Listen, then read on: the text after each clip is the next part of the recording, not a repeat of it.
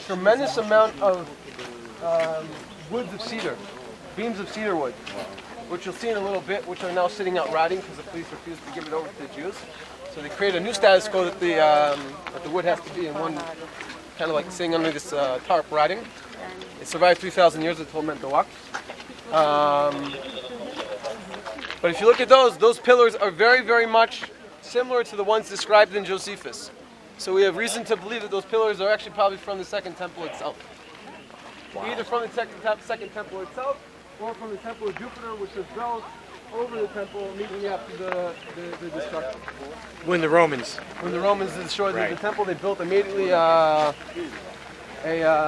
temple to Jupiter over the spot of the Mikdash. But it's a good feel, like I said it. Very, very grateful.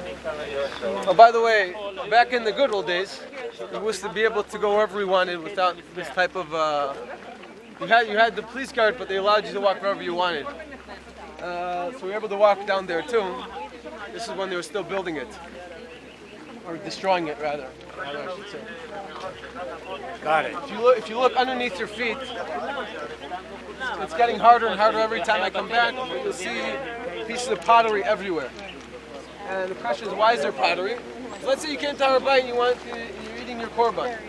So that pottery that you're using now is kadosh. You can't use it for anything else. So then they would break that pottery. You see a similar thing when you go to Shiloh. You see around where the Mishkan was, tremendous amount of pottery everywhere. Tremendous amount of pottery. Because Jews would come, they would eat, they would break their plates. It also had to do with issues of Tumah and Tahara that we don't have today. It's pretty here.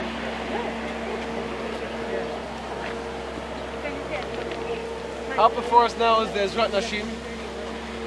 And again, you see pillars inside that were uprooted. This is where the Ezrat Nashim was, coming out. And you'll get, when we go around the bend, you'll get a better view of everything. I wanted to explain to you the Makom Mizbeach, the different rooms that were situated on the southern end